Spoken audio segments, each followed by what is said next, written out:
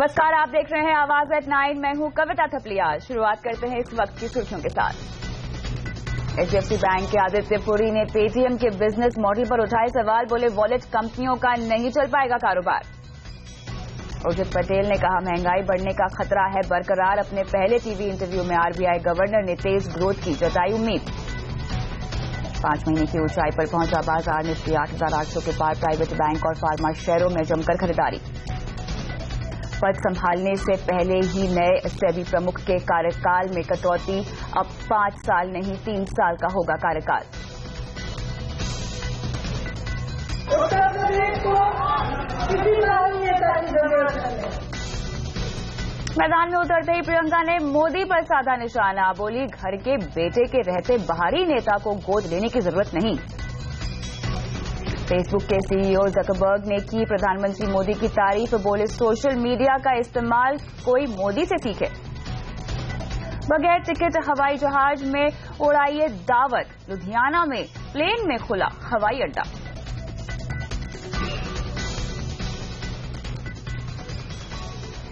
भारी कैशबैक और डिस्काउंट के दम पर बिजनेस बढ़ाने में लगी पेटीएम जैसी ई वॉलेट कंपनियों के भविष्य को लेकर सवाल उठने लगे हैं। देश के दिग्गज बैंक एचडीएफसी के एमडी और सीईओ आदित्य पुरी ने इन कंपनियों के बिजनेस मॉडल पर तीखी टिप्पणी की है। पुरी का कहना है कि ई वॉलेट बिजनेस में पैसा नहीं है। ऐसे में 500 रुपए के बिल पर 250 रुपए का कैशबैक देने वाली बिजनेस कंपनियां जो हैं वो टिक नहीं सकती। पुरी ने पेटीएम के बिजनेस मॉडल पर भी तीखी टिप्पणी की है। सुनते हैं पेटीएम पर आदित्य पुरी का क्या कहना है। I'm saying, is his wallet any better than mine? No, other than a cashback. So I don't have a 1,600 crore rupee loss. You eliminate the loss, then we'll talk. I'm saying, is his wallet any better than mine? No, other than a cashback. So I don't have a 1,600 crore rupee loss. You eliminate the loss, then we'll talk. लेकिन चलिए इस पर विस्तार से बात करते हैं। हमारे साथ जुड़ रहे हैं केपीएमजी के ई कॉमर्स और स्टार्टअप के बिजनेस पार्टनर श्रीधर प्रसाद। आपका स्वागत है श्रीधर जी आवाज एट 9 में। तो क्लियरली हमने देखा कि आदित्य पुरी की स्टेटमेंट के मुताबिक ई वॉलेट कंपनियों के भविष्य को लेकर यहाँ पे सवाल उठने लगे हैं। आपका विश्लेषण क्या कहता है? Thank you. तो मेरे हिसाब से आप देख लीजिए, 2 चीजें इसमें देखनी है। 1, जब हम क्रेडिट कार्ड्स अडॉप्ट किए लेट 90s और अर्ली 2000 पे, उनका बिजनेस मॉडल बहुत लीनियर और क्लियर था कि मर्चेंट को इतना पैसा देना पड़ेगा अडॉप्ट करने के लिए, मर्चेंट को पीओएस डिवाइस के लिए इतना पैसा देना पड़ेगा और कस्टमर्स को लॉयल्टी पॉइंट्स मिल रहा है और कुछ नहीं। अब आप देख लीजिए 2015 को हमारा वॉलेट का रेवोल्यूशन चालू हुआ है। यहाँ पे एक प्रॉब्लम है कि अडॉप्शन में कैशबैक और डिस्काउंट्स डे 1 से लोडेड है। तो वो एक प्रॉब्लम है अभी कि इतने सारे इंडियंस अभी ऑनलाइन आ चुके हैं, उनके मन में है कि मेरे को कैशबैक मिलेगा या मेरे को डिस्काउंट मिलेगा। ये कन्वीनियंस के मामले से बहुत सारे आगे आ चुका है। तो अभी यहाँ से कस्टमर के मन में डिस्काउंट से ट्रांसफॉर्म करके कन्वीनियंस के लिए मैं वॉलेट यूज कर रहा है, ये टाइम लगेगा। ये इसका नेगेटिव एस्पेक्ट है। इसका पॉजिटिव एस्पेक्ट ये है कि इतने सारे इंडियंस अभी डिजिटली ट्रांसैक्ट कर रहा है बिकॉज ऑफ दीज वॉलेट्स। इनको पैसा बनाने के लिए आप सोचोगे तो best way is to maybe transform itself to a lead generator.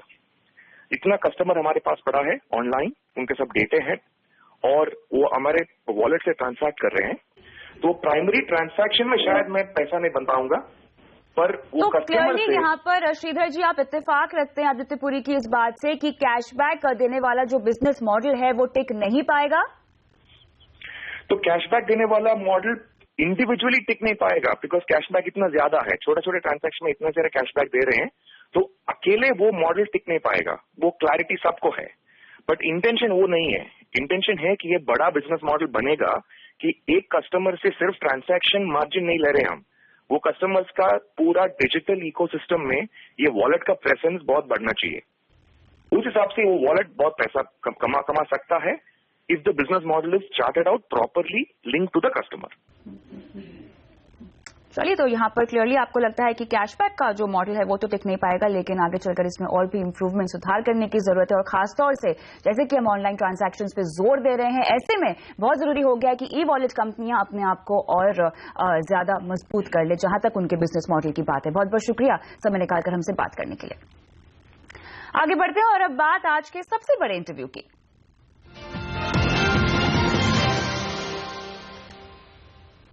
RBI governor बनने के बाद अपने पहले टीवी इंटरव्यू में उर्जित पटेल ने ग्रोथ, कर्ज, नोटबंदी जैसे मुद्दों पर बेबाक राय रखी। नेटवर्क 18 के group editor in chief Rahul Joshi से एक्सक्लूसिव बातचीत में उन्होंने कहा कि ग्लोबल कमोडिटी की कीमतों को देखते हुए महंगाई दर को 4% के आसपास रखना जरूरी है। उन्होंने कहा कि न्यूट्रल रुख रखने से दरें घटाने, बढ़ाने और स्थिर रखने जैसे तीनों विकल्प खुले हुए हैं।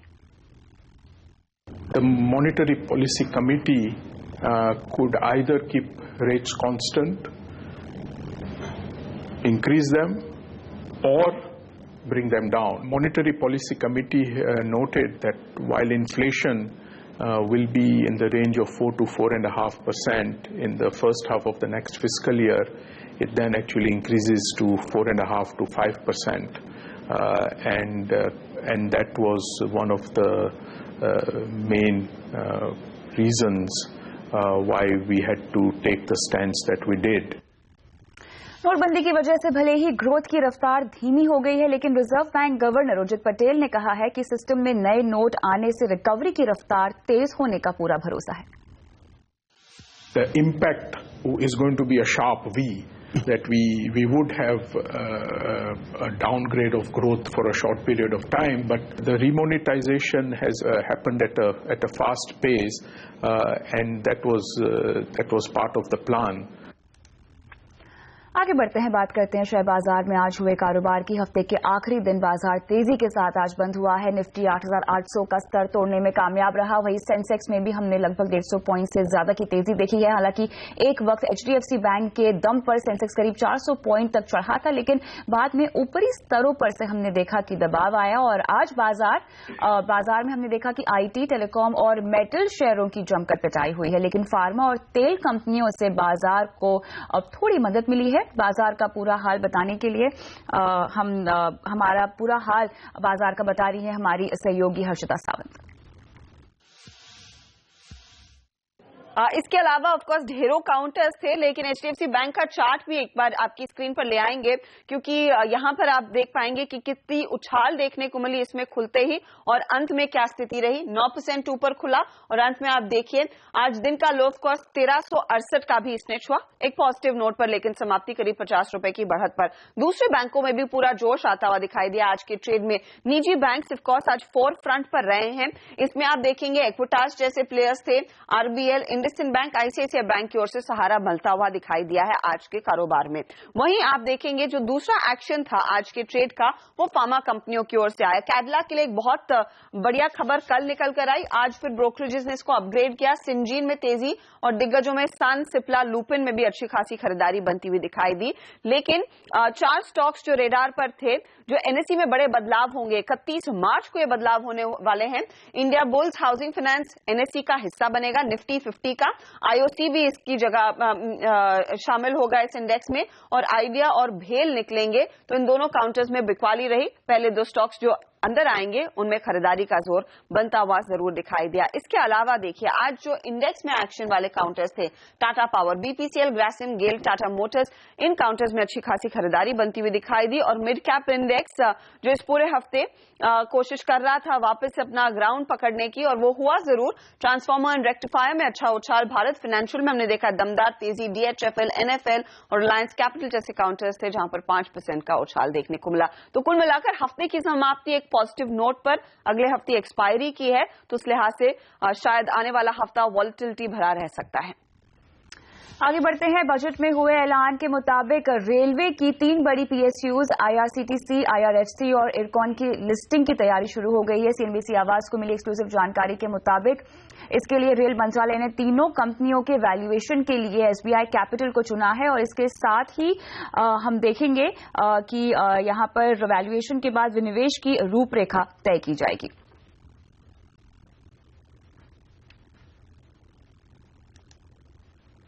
नए सेबी चेयरमैन अजय त्यागी का कार्यकाल 3 साल का होगा, और इससे पहले सरकार ने ऐलान किया था कि अजय त्यागी का कार्यकाल 5 साल के लिए होगा। आखिर सरकार ने कार्यकाल क्यों घटाया है, इसको समझने के लिए सीधा जुड़ते हैं हमारे बैंकिंग एडिटर प्रदीप पंड्या से। प्रदीप, ये बताएं कि अचानक से 5 साल के बाद ये 3 साल का टर्म क्यों रखा गया है, ये बदलाव क्यों? हफ्ते भर के अंदर ये फैसला लिया गया है। पहले अपॉइंटमेंट हुआ था 5 साल के लिए, अब 3 साल के लिए अपॉइंटमेंट होगा। अजय त्यागी दरअसल युवा है, 58 साल के हैं, तो इस हिसाब से उनके साथ उम्र है तो उनको पूरा कार्यकाल मिलेगा, ऐसी उम्मीद हम रखते हैं। दरअसल हमारे देश में ऐसा कोई स्टैंडर्ड, कोई तय मानदंड नहीं है कि सेबी चेयरमैन हो, आरबीआई गवर्नर हो या दूसरे रेगुलेटर हो, उनका अपॉइंटमेंट कितने वक्त के लिए होना चाहिए। तो ऐसे में आप देखते हैं कि परंपरा क्या रही है। तो परंपरा के तौर पे ज्यादातर अपॉइंटमेंट 3 साल के ही होते हैं। कुछ एक अपॉइंटमेंट्स 5 साल के लिए भी हुए हैं लेकिन रेगुलेटर्स के, और वो 5 साल निरंतर बिना किसी एक्सटेंशन के पूरा हुआ है। लेकिन 3 साल वाले जो अपॉइंटमेंट्स हुए हैं सेबी चेयरमैन के या आरबीआई गवर्नर्स के, तो उनमें ज्यादातर मामलों में एक्सटेंशन दिया जाता है। लेकिन इस मामले में जो फैसला लिया जाए कि 5 साल का कार्यकाल होना चाहिए, उस पर सरकार काफी वक्त से विचार कर रही है, बातचीत चल रही है कि इवन पीएसयू चेयरमैन भी 5 साल के लिए होने चाहिए, बैंकों के सीईओ एमडी भी 5 साल के लिए होने चाहिए, लेकिन इस पर कोई नियम बनाया नहीं गया है। दरअसल पिछली सरकार के वक्त एक एफएसएलआरसी बनाया गया था फाइनेंशियल सेक्टर के सारे कानूनों पे विचार करने के लिए। उसने भी अपने रिकमेंडेशन में कहा है कि 5 साल का पक्का टेन्योर होना चाहिए।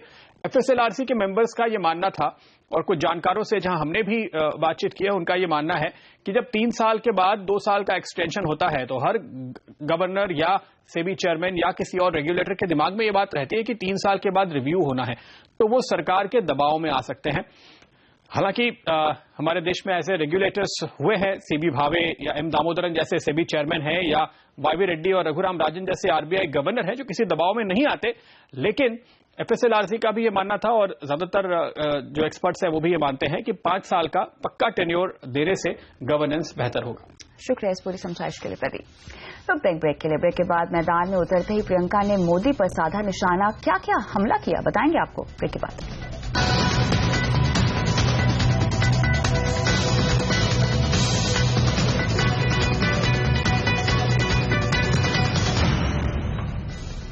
बुलेटिन में अब बात करेंगे यूपी के चुनावी दंगल की।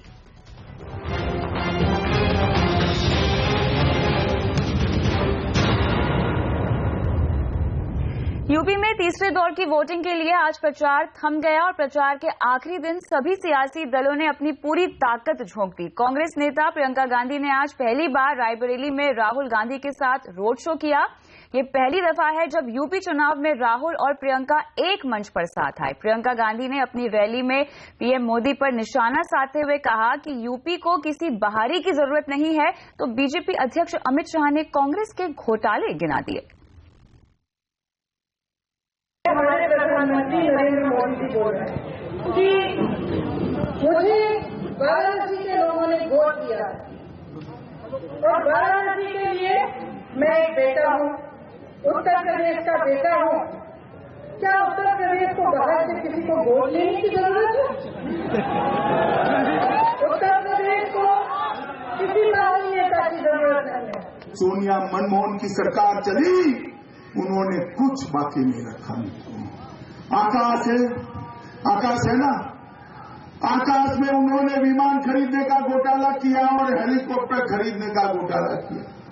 बाद में भूमि आती है, यहाँ राष्ट्रमंडल खेलों का घोटाला किया और आदर्श सोसाइटी का घोटाला किया। बाद में समंदर आता है, समंदर में पनडुब्बी खरीदने का घोटाला किया, और अंत में आता है पाताल, आता है पाताल, वहां कोयले की खदानों बेताली, इन्होंने कोयले की खदानों का घोटाला किया। 2 दिनों के ग्लोबल इन्वेस्टर समिट के जरिए झारखंड को 3,10,000 करोड़ के से ज्यादा के निवेश के प्रस्ताव मिले हैं। निवेशकों ने सबसे ज्यादा दिलचस्पी माइनिंग में दिखाई है। सरकार ने 2019 में दूसरा समिट बुलाने की घोषणा की है।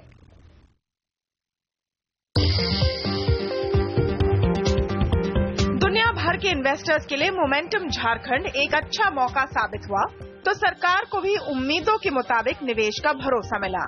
समिट के दौरान कुल 210 एमओयू किए गए, जिनमें 3,10,287 करोड़ रुपए के निवेश का प्रस्ताव है। सबसे ज्यादा निवेश प्रस्ताव माइनिंग सेक्टर में मिले हैं। सरकार को उम्मीद है कि इस निवेश से झारखंड में करीब 2 लाख से ज्यादा प्रत्यक्ष और लगभग 4 लाख लोगों को अप्रत्यक्ष रोजगार मिलेगा। 2 दिन के समिट के बाद जिस तरह से निवेशकों ने अपनी रुचि दिखाई है, उसे देखते हुए मौजूदा सरकार ने 2019 में एक बार फिर से ग्लोबल इन्वेस्टर समिट की घोषणा कर दी है।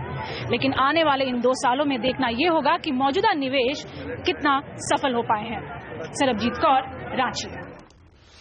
रुकते हैं ब्रेक के लिए। ब्रेक के बाद बगैर टिकट हवाई जहाज में उड़ाइए दावत, क्या है पूरी खबर आपको देंगे इस ब्रेक के बाद।